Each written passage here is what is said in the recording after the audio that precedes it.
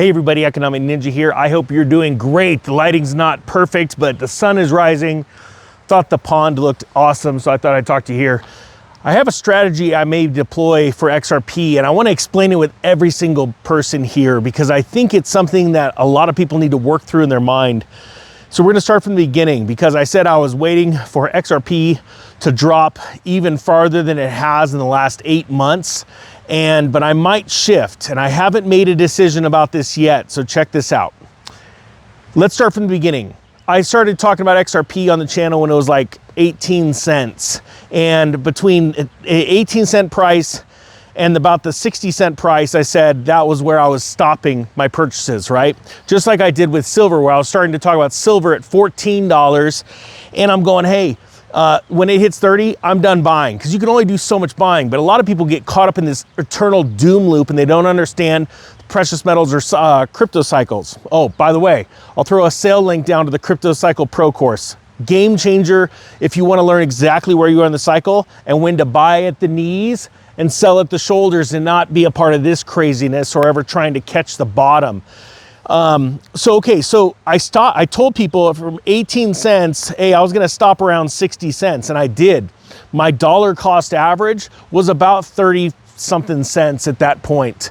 And I had that tranche, or I bought a lot of them, but I had this just set aside group of XRP, and I said that's my trading allotment. Now I had a bulk of XRP, which was only about 10% of my trading amount, and I had it set aside in cold storage. Some people couldn't get their minds wrapped around that somebody would actually not be all in or all out, that they would always have a little bit off to the side for the super long term, right? Long-term capital gains, all that stuff. Well, so a lot of you bought XRP. As a matter of fact, type XRP down below if you were one of the people that bought watching this channel.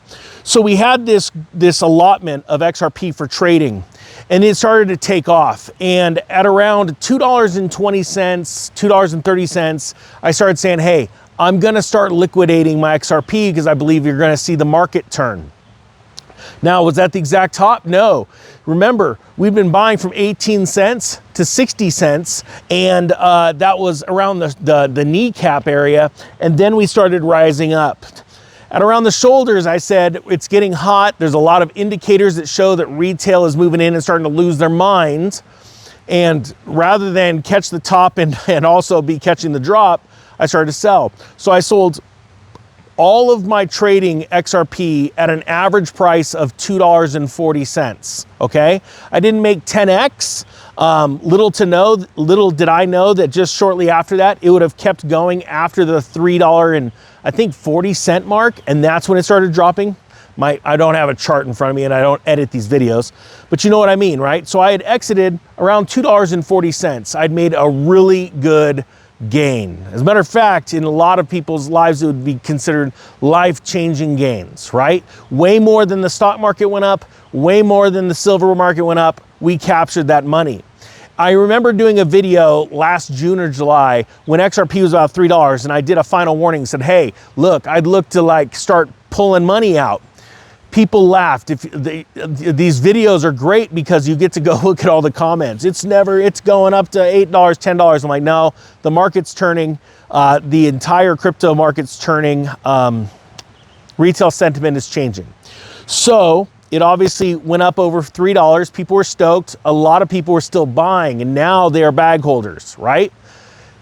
Comes down, comes down, comes down. You see where it is. And then you saw what I did just recently on a really big drop day. That was a crypto sniper pull, a shot right there. When XRP was down 18% in one day, but Bitcoin was down about 11% one day. And there's all these other factors that line up on my preset criteria. So I pulled the trigger and I took all my money and I bought XRP with it. Not all my cash, but a pretty good clip of it. Later that day, you saw me do a video where I sold the entire allotment for a massive gain. It was the next day I did the video, because those candles, those big, massive down wicks, if it's not an actual team or actual project specific problem, and that's why it's down, but it's a whole market down, those next day candles retrace themselves about 50%. So I caught, I think, a 28% gain on that. My accountant called me that day after seeing the video, and he goes, we need to start tax planning. But that's why he's a good accountant. He crushes it. So that was the only time I'd re-engaged. Well, now I'm still sitting in cash. I'm like 75% in cash because I just bought another project because of something they're doing in South Korea. But that's not the point. So now I'm sitting at 75% cash, and I still believe that XRP is going to go down farther. So what do? There's two things I can do. I could wait for it to go down farther, and I will have bought, when I buy up my XRP tranche for the next long-term run, meaning a year or longer, that's long-term for me, I'm looking at, I could buy a ton of it, or I could do two things. What if I'm wrong? There's always that thought of what if we're wrong, right? I'm wrong all the time. I'm sure you're wrong all the time. We're always beating our head up against the wall. But with experience, we're wrong less and less and less. And we're right more of the time because we're using wisdom. Okay, so I have not decided to do this. I want to make this very clear. What I'm considering doing is going deep into XRP right now, even though I believe it's going to go down a lot farther. This is what I would do. If I bought the XRP today, I have not done this yet, and I am right, and it drops under $1, at a certain point, I will sell and pull a wash trade. A wash trade meaning they still haven't updated those tax laws yet to where you don't have to sell and not re-engage the security or the crypto within 30 days, or it doesn't count, the loss doesn't count. So what I would do is I would pull a wash trade because XRP is an extremely liquid market. So you could easily do, 7 or 8 digits without really rumbling the market in a 40-minute time span. And you can sell it, capture that capital loss, and then rebuy it, getting ready to hold it for the longer term and the large upswing. So this is where it would be beneficial. If I'm wrong and XRP has found a bottom along with Bitcoin and other coins, and the Clarity Act gets signed, and all of a sudden out of the blue, everything just gets magically awesome, it's gonna be off to the races, right? So I wouldn't wanna miss that opportunity.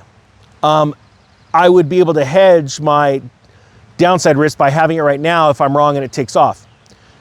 If it goes down, sure, I could have bought a lot more XRP, but I will have a tax loss on the books that I could write off against other short-term losses in crypto, especially microcap gains that I do. So that's what I'm looking at right now. And the only reason I'm telling you what I'm considering is because I want you to consider more than what's just in front of you. Even myself, when I'm going, hey, I'm pretty positive, I'm 80% sure, 85% sure that this thing is going to move in this direction. And I use 80 or 85% because when you look at statistical averages for technical analysis trading, that's usually where we sit at. 80 to 85% of the time, it works every time. Well, what if that 15% you're wrong?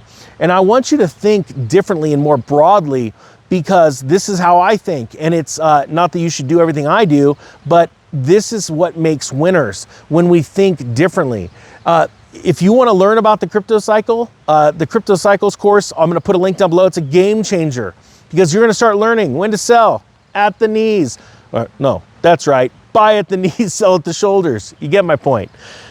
It's a game changer, and it's done a lot more professional than just out here next to a pond. So anyway, with that being said, hopefully you got something out of this. The Economic Ninja is out.